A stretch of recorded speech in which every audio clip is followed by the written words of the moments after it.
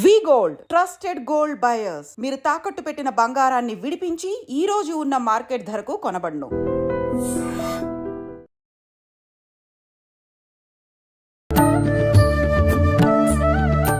నమస్కారం, welcome to I dream media. ధర్మ మార్గం విత్ విజిత కార్యక్రమానికి స్వాగతం. ప్రస్తుతం మనతో పాటు ఉన్నారు ప్రముఖ ఆధ్యాత్మికవేత్త, లలిత ఉపాసకులు శ్రీ శ్రీ శ్రీ నానాజీ పట్నాయక్ గారు. ఇప్పుడు వారితో మాట్లాడదాం. నమస్కారం గురుగారు. శ్రీమాత్రే నమః.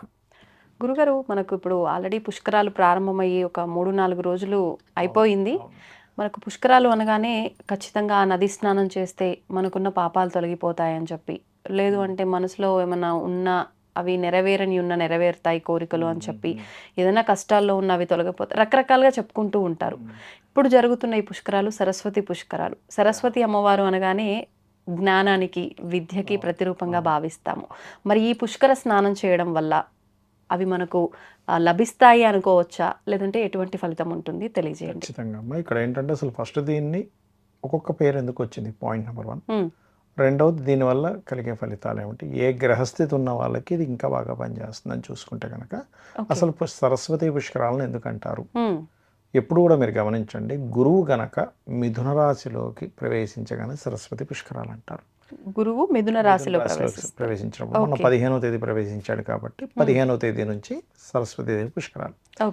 ఎందుకు మిథునానికి ఎందుకు తీసుకుంటారు, ఏం వృషభం, మేషం ఇవన్నీ ఉన్నాయి కదా అంటే, బుధుడు యొక్క రాసులు, బుధుడు జ్ఞానము, విద్య, వీటికి కారకుడు.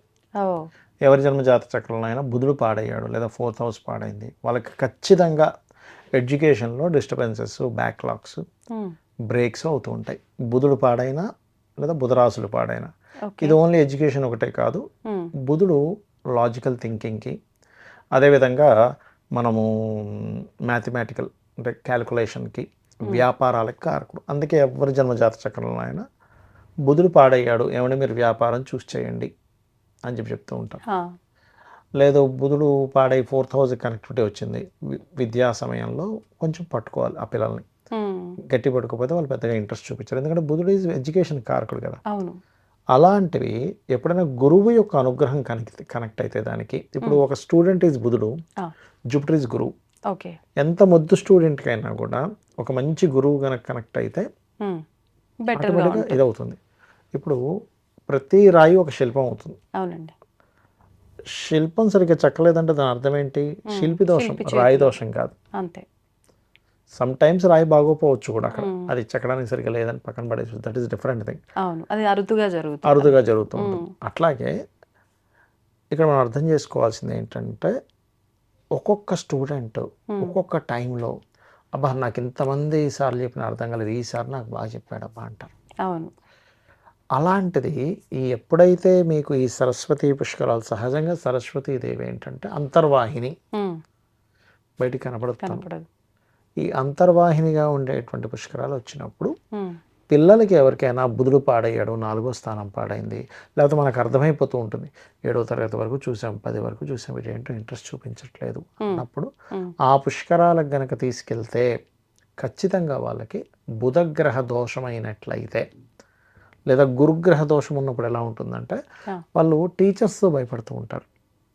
గురువు బాలేడు, లేకపోతే నీచపడ్డాడు, పాప కత్తెరలో ఉన్నాడు, టీచర్ దగ్గరికి వెళ్ళాలంటే భయం వేస్తూ ఉంటుంది, టీచర్ని అడగాలంటే భయం వేస్తూ ఉంటుంది. చాలామందికి ఏమైపోతుందంటే, వాళ్ళకి డౌట్ ఉన్నా కూడా అమ్మో టీచర్ని అడిగితే ఇంతమంది ముందునే ఏమంటారు అంటే అందరిలో నేను బ్లేమ్ అయిపోతా అనేటట్టుగా అయిపోతాము. ఇది పిల్లలకి తల్లిదండ్రులు చెప్పాలి. నువ్వు అడగొచ్చు, ఏం కాదు, నువ్వు లాజికల్గా అడగొచ్చు, బ్లేమ్ అయితే అయిపోయావు, కానీ ఇంతమంది బ్లేమ్ అయినా సరే నీకు ఆన్సర్ దొరుకుతుంది కదా, నువ్వు సిగ్గుపడడానికి లేదు అనే దాని భయాన్ని పిల్లల్లో తల్లిదండ్రులు పోగొట్టగలగాలి. అది ఎందుకు జరుగుతుంది అంటే, వాళ్ళకి జూపిటర్ పాడైనప్పుడు జరుగుతుంది. అలాంటప్పుడు ఆ జూపిటర్ని స్ట్రెంథనింగ్ చేసుకోవాలి. ఈ స్ట్రెంథనింగ్ చేసుకునే దాంట్లో చాలామంది చేసేటువంటి రాంగ్ ఏంటి ఇక్కడ అంటే, జూపిటర్ బాలేడు కదండి అందుకే మా అబ్బాయికి నేను కనకపుష్యరాగం పెట్టాను అంటారు. ఇక్కడ ఏంటంటే, కనకపుష్యరాగం పెట్టడం ఎంతవరకు కరెక్ట్ అంటే, ఆ జూపిటర్ మీకు శుభుడైతే కరెక్ట్. ఇప్పుడు ఎలా అంటే, ఇప్పుడు చూడండి, చిన్న ఉదాహరణ చెప్తాను నేను మీకు. ఒక వ్యక్తికి ఉదాహరణకి బాగా జలుబు చేసింది, ఐస్ క్రీమ్ తినిపించాం, ఏమవుతుంది, ఇంకా ఎక్కువ అవుతుంది, తగ్గదు అది. అప్పుడు ఏం చేయాలి, దానికి ఆపోజిట్ కొంచెం వేడి పదార్థాలు, కొంచెం ఆవిరి పీల్చుకుంటాడు, కొంచెం హీట్గా ఉండేవి తీసుకుంటుంటాడు. అవును. అప్పుడు ఫ్రీ అవుతాడు. ఉమ్, ఆవిరి ఎందుకు పడతామంటే దీనికి ఆపోజిట్ ఎనర్జీ దాన్ని కంట్రోల్ చేస్తుంది ఎప్పుడు కూడా, అంతే, ఏ బ్యాలెన్స్ ఎనర్జీనైనా. అవుతుంది. ఇప్పుడు వీళ్ళేం చేస్తున్నారు, జూపిటర్ బాగాలేడు అందుకే మా వాడు సరిగ్గా చదవట్లేదు, గురువులు ఉంటే భయపడుతుంది అని ఉంగరం పెట్టేస్తారు. అది ఎట్లా అసలు బాగా జలుబు ఉన్న వ్యక్తికి ఐస్ క్రీమ్ తినిపించినట్టుగా అవుతుంది. ఉమ్, లేదా బుధుడు పాడేయడండి, చదువు బాగాలేదు అన్నా అందుకే నేను బుధుడిది పెట్టేస్తాను. ఉమ్, అది కరెక్ట్ కాదు. Okay okay. దానికి సంబంధించిన దానం ఇవ్వాలి ఎప్పుడు కూడా. ఆహా. బుధుడు పాడయ్యాడా, గురువు పాడయ్యాడా. బుధుడు పాడైతే ఈ వ్యక్తిలో సరైనటువంటి క్యాపబిలిటీ లేక, సరిగ్గా క్యాలిక్యులేట్ చేసుకోక, గురువు మంచిగా చెప్తున్నా సరే ఎక్కట్లేదు. ఆ, అలా కాదు, బుధుడు బాగున్నాడు కానీ గురువు పాడేయాడంటే ఈయనకి సరైన గురువు దొరకట్లా. చిన్న విషయాలకి అందరి ముందు ఏదో చేస్తుంటే ఫస్ట్ టీచర్ మీద రెస్పెక్ట్ పోయింది. ఉమ్, అప్పుడు అతను ఏం చెప్పినా మనకు ఎక్కదు. ఒక రెస్పెక్ట్, ఒక ఇష్టం టీచర్ మీద ఉంటేనే మనం ఆయన ఏం చెప్పింది శ్రద్ధగా వింటాం. అవును. ఇది మనం పట్టుకోగలగాలి. ఓకే. అయితే బుధగ్రహం పాడైనా, గురుగ్రహం పాడైనా కూడా సరస్వతి పుష్కరాలు వచ్చినప్పుడు, లేదా సరస్వతి అమ్మవారి యొక్క అనుగ్రహం, లేదా హయగ్రీవ స్వామి యొక్క అనుగ్రహం ఉంటే వాళ్ళకు ఆ దోషం అనేటువంటిది ఖచ్చితంగా పోతుంది. ఓకే. అంటే ఓన్లీ దర్శనం చేసుకున్నంత మాత్రం, నది వెళ్ళి స్నానం నది చేసినంత స్నానం మాత్రం చేస్తాము. ఏదైనా మంత్రం కానీ మళ్ళీ ఖచ్చితంగా ఏ నది స్నానం చేసేటప్పుడైనా పిప్పలాద సముత్పన్నే కృత్యేలు ఒక భయంకర అనేటువంటి నెట్లో కొట్టిన వచ్చేస్తుంది మీకు మంత్రం. అది ఒక మట్టి పట్టుకొని, ఒక రాయి పట్టుకొని ఆ మంత్రం చదివి ఆ రాయిని అందులో వేసి నదిలో స్నానం చేయాలి ఎప్పుడు కూడా.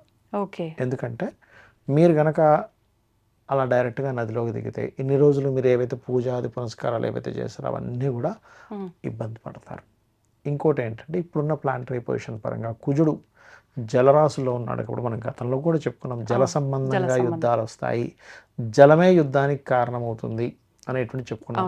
అంటే జలం అనేటువంటిది కీలక పాత్ర పోషిస్తుంది యుద్ధం రావడానికి, లేకపోతే ఒక తొక్కిసలాటలు జరగడానికి, లేకపోతే ఒక ఇవాళ రేపు మనకి స్లీపర్ సెల్స్ ఏదో చేయబోతున్నాం అనుకుంటున్నాం, స్లీపర్ సెల్స్గా తయారై ఎక్కడెక్కడ బాంబులు పెట్టడానికి, లేదా కొన్ని హైందవ సంబంధించినటువంటి కొన్ని ప్రదేశాల్లో కొన్ని ఆకస్మిక సంఘటనలు జరగడానికి జల పాత్ర బాగా పోషిస్తుంది. ఎందుకంటే కుజుడు కుజరాశుల్లో షష్టగ్రహ కూటమి జరిగింది, కుజరాశుల్లో కుజుడు ఉన్నాడు, అది జలరాశుల్లో కుజుడు ఉన్నాడు కాబట్టి అందుకని అది చాలా జాగ్రత్తగా ఉండాలి.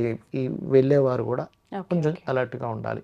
ఈ పుష్కరాలకి వెళ్ళేవారు కూడా, గవర్నమెంట్ కూడా ఖచ్చితంగా అక్కడ సరైనటువంటి ఇవి తీసుకోవాలి.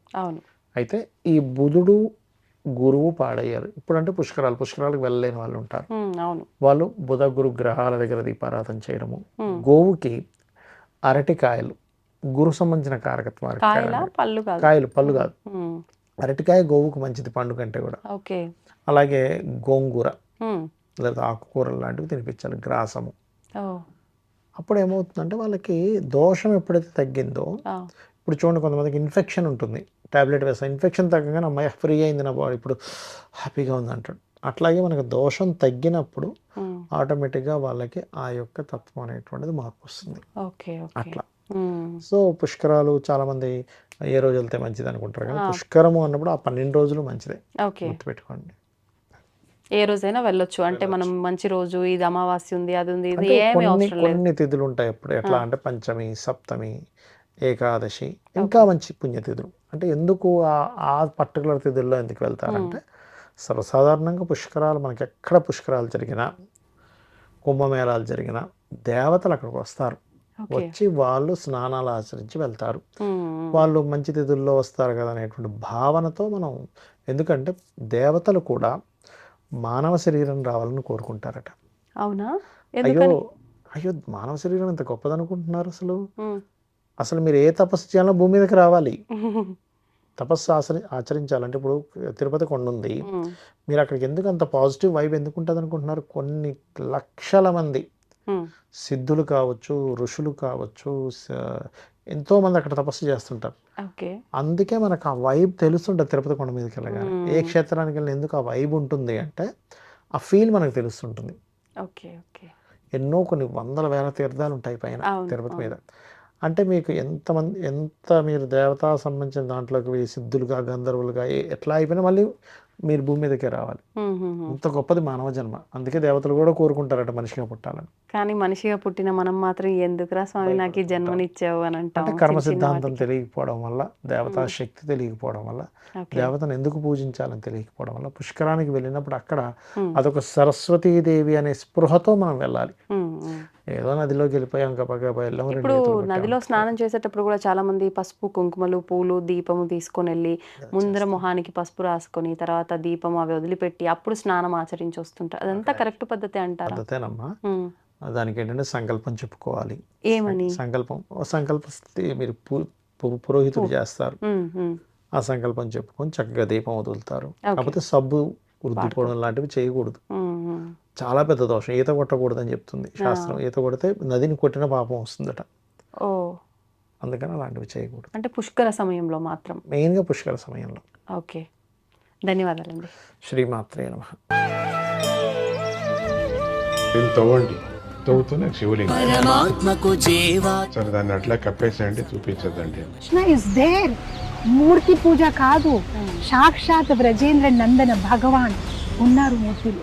ఏమీ ఆశించకుండా ఆరాధించే వాళ్ళు కూడా ఉన్నారా ప్రభుజీ? నిజమైన భక్తి అంటే మనకు తెలియదు కాబట్టి